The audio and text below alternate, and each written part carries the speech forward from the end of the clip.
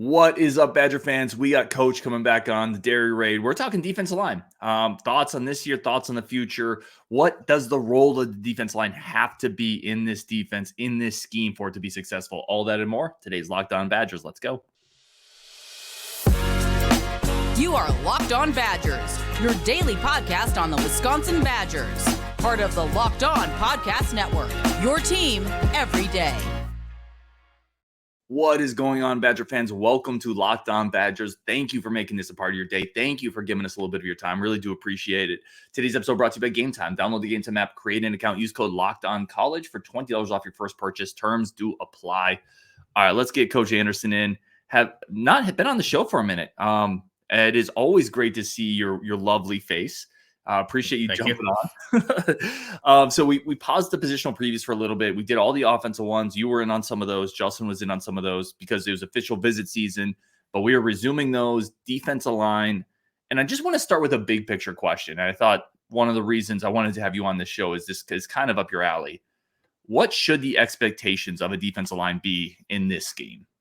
What is successful?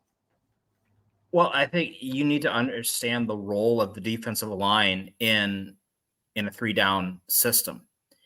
And it's not a glamorous job. The easiest way to put it is their job is to occupy gaps and, more importantly, occupy blockers. And that doesn't necessarily translate into output on the stat line, but it turns into output in the run fit and in setting up the pass rush.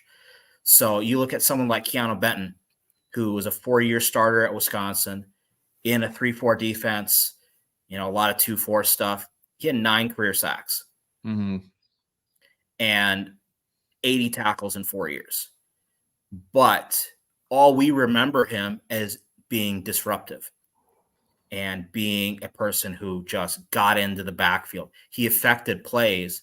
But as a nose tackle, that is his job, is to affect plays, affect blocking schemes, and allow the linebackers behind him to make the tackles and to make the big plays, and which is why we've produced so many linebackers in the NFL and not defensive line. So what you want to see to show you that the defensive line is working in a 3-3 scheme or a 2-4 scheme is unblocked linebackers. If the middle inside linebackers are getting downhill, getting positioned to wrap up, the interior linemen have done their job. If we're in a 3-3 and we have one of these defensive linemen out on the edge, their job is to set an edge and spill the ball either to the sideline or force it to cut back, not necessarily make the tackle. Of course, we want them to shed blocks and make tackles, but their job is a placeholder in the overall scheme of the defense, especially a defense that plays from top down, like Luke Fickell's system does. Well, and we talked about this a little before the show. You brought up, obviously, Benton is a great example of this, but Henningsen's another one we talked about. Yep. Henningsen, strong side, kind of defensive end, sets the edge, physical. Had, what was it, 8 career sacks? Yeah, or 8 career sacks. And he's an NFL guy, but he was never a guy that you look at the stat sheet and say, wow, he's really blowing everything up. He was physical, strong, set the point of attack, and created space for the linebackers to move. I feel like there's 2 levels here, right? There's the level that you're talking about, which is we need at a minimum this. For this defense to be successful, we need you to be stout, control gaps, occupy blockers. But I feel like the next level is if you can find a guy who can do that, but then also be disruptive. Right. A Justin Smith type, a JJ Watt type. Those are incredibly hard to find. And it doesn't have to be JJ Watt, but I feel like that's sometimes what people get hung up on. People will say, well, they're not supposed to make plays in this defense. Well, I think if you can find those guys, it takes the defense to another level, which is what we're still kind of searching for. Yeah. Special players make plays. And those are the type of players that offenses need to scheme around. Right now, and for the most time, even going back to the Jim Leonard era, offense is schemed against our defense, less about a specific player. We had great system fits throughout the entire defense. It was hard. We didn't have very many defensive linemen that the defense is schemed against. Keanu Benton was one of them, and that's about it. I can't really think. On the defensive line, edge rushers, outside linebackers, that's a different story. And improved play from the outside linebackers is going to definitely help our defensive line this year as well. Having better athletes in space is going to help our D-line as well. But to get those type of players, you either have to get lucky, like with Keanu Benton. He didn't come in heralded as the next great Wisconsin defensive lineman. He was developed into one. You got to find the diamonds in the rough, and you got to get kids to buy in to the idea that they're going to play in a selfless system, a defensive system that relies on them playing their part and not playing hero ball looking for stats. And it's not a system where defensive linemen are going to get big stats. That's just what it is. So in this day and age, that's a hard thing to ask a kid to do, is to play selfless. And because kids should, it's their future. They should be playing for themselves, obviously. But this is a true team ball type of position that it's hard. So you got to find the diamonds in the rough. You got to develop. And now with the transfer portal, that might be the way to do it, is you find the diamonds in the rough in the portal, or slightly under recruited guys in the high school ranks that you can develop into impact players that can go beyond the base role of occupying blockers and occupying space. Yeah, let me ask you about James Thompson Jr. So we're going to run through the depth chart here. At the senior level, you got James Thompson Jr., Ben Barton, Elijah Hills, the transfer coming in this offseason, Cade McDonald. No juniors on the roster. Sophomore Brandon Lane, who is a player I think is going to be a big part of this rotation, transfer guy coming in. Kurt Neal, another player who's going to have to step up. And then you have this freshman group of Ernest Willor Jr., Dillon Johnson, Jamel Howard, Hank Weber. When you look at that depth chart, it feels like James Thompson Jr. has to be healthy, and he has to be really, really solid this year. Yeah, he's going to be that versatile guy that they're going to kick out during running downs. They're going to move inside during passing downs. He's got the length. He's got the build to be that type of interior edge setter, and also has shown that he has enough ability that he can play out on the edge and create plays there. He doesn't have the top end speed that you look for in an edge rusher, so that's why he's more of a field side run stopper type edge. But his experience, and he is a system fit. He was recruited to play defensive line in a 3-4 system. It's very similar what he's being asked to do under Luke Fickell. He has the length and the body size that they're looking for, with enough athletic ability that he can be an impact on that strong side. Who else do you look at on that depth chart? And to me, Curt Hill's a big one that you look at and say, man, from last year to this year, that guy has to take a big jump for this defensive line to be successful. I think Curt Hill, you saw flashes in the LSU game, right? Yeah. Big stop on 4th down. He's going to have to play a huge role this year. And I think he can do it, but he is a little undersized, probably for the prototype you're looking for on that inside. And he's another one of those. He's a tweener. He's a 3-tech type who can hold his ground, but doesn't quite have the speed to play farther out on the edge. He's not a pass rusher to put him on the backside, but he could be a good rotational guy. He could be a good boundary side D tackle in a 3-3 look when they go 3 down. You need to pair him up with a pass rusher behind him, with an active linebacker behind him. But he showed in the bowl game, some of that promise that we've been thinking of. And I think he could be a solid player there. I'm really curious to see how the defense looks this year. Because we didn't see anything from the failure to launch this year. So we don't really know, you're piecing together what we think the defense is going to look like based on, we hear Austin Brown is playing nickel. That might change things. And, you see the guys that they've recruited, get the type of player Brandon Lane is, makes you think that they may be playing a little bit different schematically, which means Neal has to be ready to play. because if they're going to go 3 down, then he needs to be that boundary side, inside 4-eye technique, 3 technique type guy. If we're going to go 3 down, because there's not much proven depth behind him. There's talented depth behind him, but proven, that's another story. Yeah, I think we're going to get into that next. Actually, we're going to talk concerns and also reasons for optimism. Though there are definite reasons. I think you kind of hit on both of them there for concern and optimism. That's coming up next on Locked On Badgers with Coach Andersen. But first, a quick break for our friends of the show over at Game Time. Game Time is the #1 source for all of your ticket needs, wherever you want to go. College football, college basketball, NFL, NBA, whatever it is, wrestling. Monster truck racing, whatever it is you want to go see Gravedigger, get those tickets on Game Time.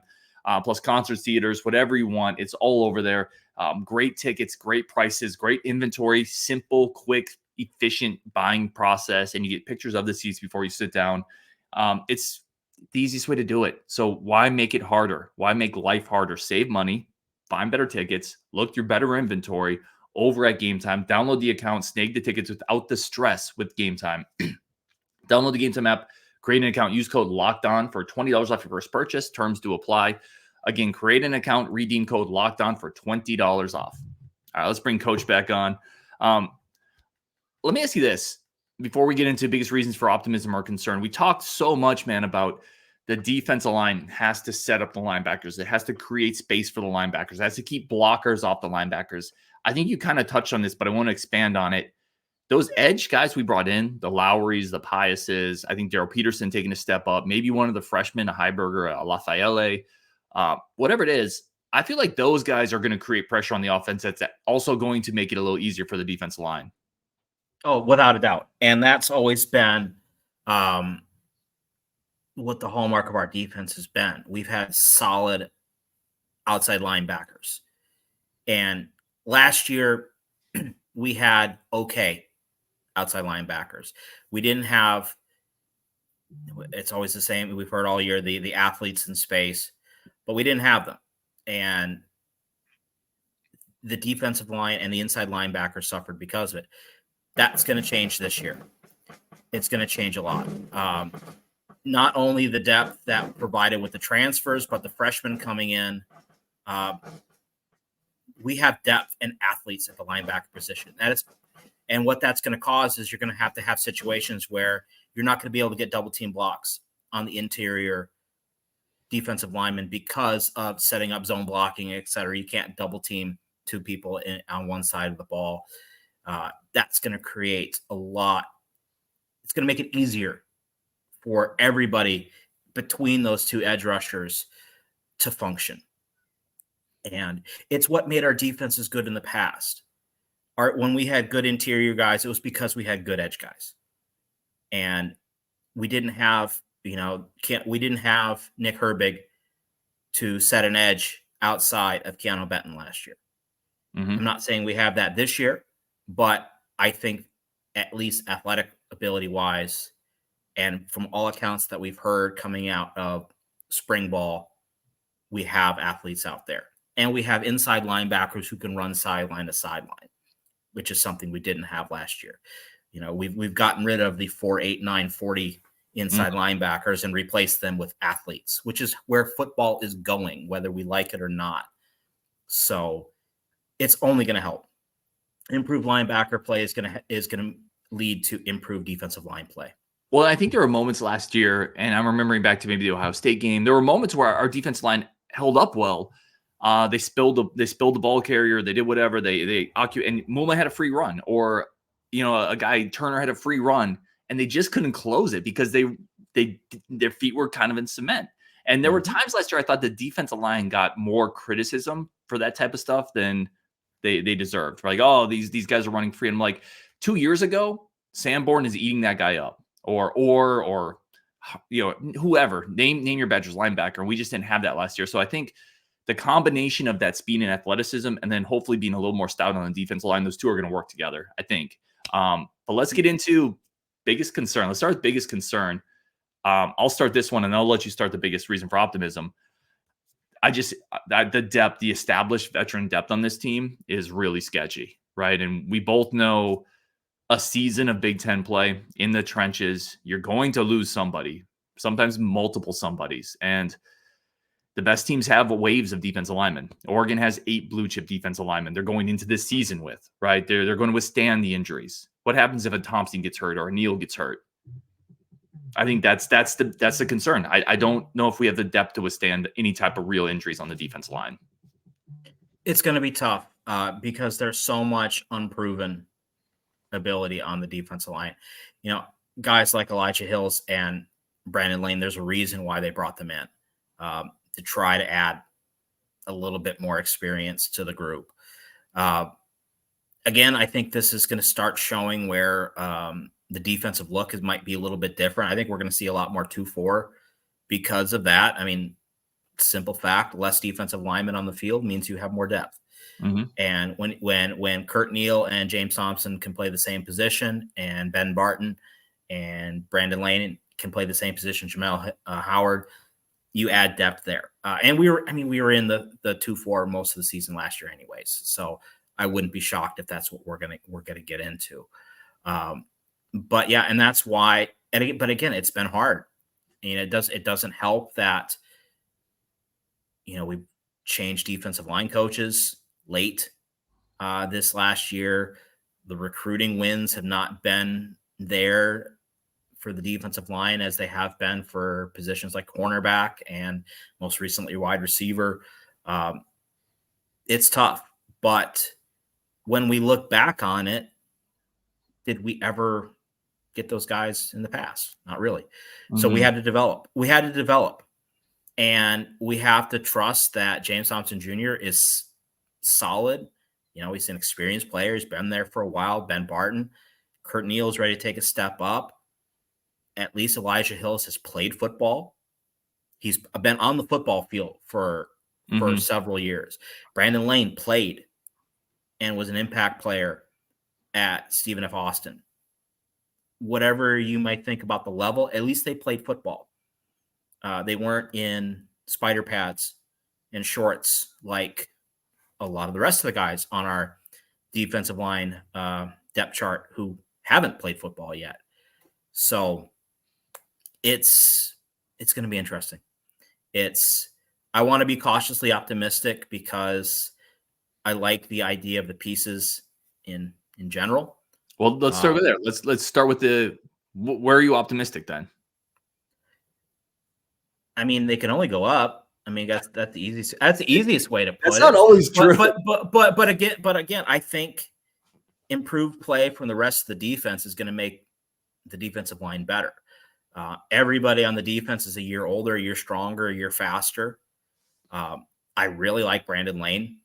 I like his system fit. I really like what he has shown on film.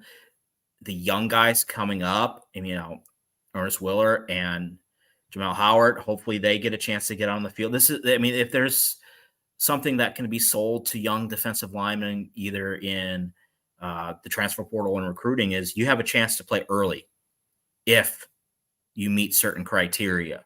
And I think those young guys, Dillon Johnson, they might be asked to contribute. And at least they've shown on film that, okay, they have some ability. Now they have to grow up and play big boy football. That's always the thing with guys coming out of high school. It's a totally different ball game to go from playing high school to playing the Big Ten. There's a difference between being high school strong and Big Ten strong. And so we'll see how the young guys develop. But, you know, when there's a lot of unknowns, there's a lot of room for optimism because you don't know what to expect. And I don't know what to expect. I want to see what the defense looks like when they come out on the field, what system they're running, and how, if there are deficiencies in the defense. And Luke Fickell has been planning for it. He takes a very systematic approach when it comes to making adjustments in his system, that he has planned this year's defense with our defensive line in mind. And he wants to answer questions that were raised by last year's defense with this year's. And so the defensive line is a part of that. That is well said. Yeah, a lot of what you said there, I'm totally agree with in terms of upside, especially with the other pieces and then defense kind of helping out, making the defense line better. I love the upside. I'll say this: the upside of the young players, I think, is a major reason for optimism. I love Dillon. I love Dillon Johnson. Older, physically ready. He's a wrestler. There's another one. You look at some of the sizes, like even the Ben Bartons, you're talking, these are kind of grown men sizes at this point in the defense line room, right? Barton's 6'5", 280, 290. Cade McDonald got some reps last year, but that's a 6'6" guy. Lane's coming over. He's 6'3", 300. Neal's 285. James Thompson is 6'5", 285. I think you have the building blocks for what at least should be a stout defensive line. Again, I don't think we're quite at the stout defensive line, plus we have some disruption there yet. I think that's still a year or two away.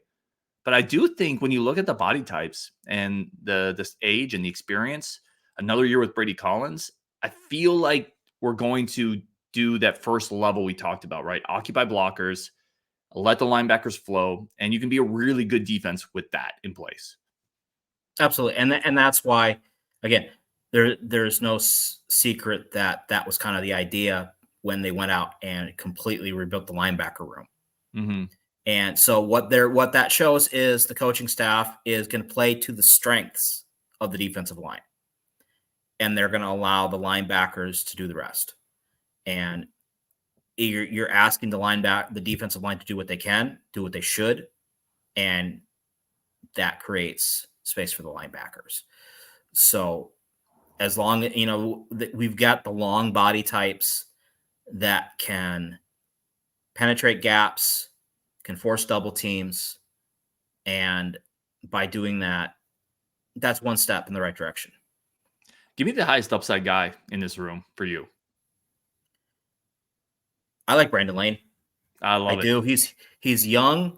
And he's an interesting tweener type because he's 300 pounds. He's 6'3", 300 pounds, but he can play the 3-tech. He played 4-eye as basically a defensive end at Stephen F. Austin. He could potentially play out a little bit wider in certain fronts, but he's raw, but he's a great system fit, and he was a great recruiting win. Looking at the schools that were going after him, so he has the ability to be a disruptor because you saw it on film in the opportunities that he got. But he's also a system fit. He is a guy who can hold a gap. And he can move in a gap. And there's some great clips of him working some slants and stunts at Stephen F. Austin and killing guys in the backfield. So, and he's young. He's a sophomore, so he's got 2 years of eligibility. Yep, 2 years left. So, and that's great to see. Elijah Hills, we haven't heard. I don't know, because again, you didn't see much from him on film that has a wow factor. And then we haven't heard much what he did in the spring. But so, yes, yeah, Brandon Lane for sure. Yeah, I love that pick because I think a lot of people intrinsically are going to go to Willor. They're going to go to Johnson. But Lane's, he's the 300-pounder that can move a little bit. And you look at the offer list, Michigan State, Louisville, and probably 10 to 12 other pretty good, really good programs were in on Lane, trying to get him on campus, trying to get him to commit. That's a really good one. I think upside, Lane feels like a much safer bet to hit because he's already filled out. You've already kind of seen it. I think both Willor and Johnson have a lot of upside, but it's all potential right now. And as good as we can feel about either one of them, you just never know. And that's why you have to stockpile bodies.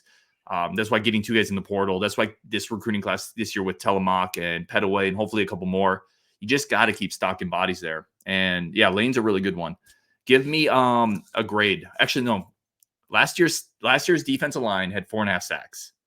Over under 5 this year for this group.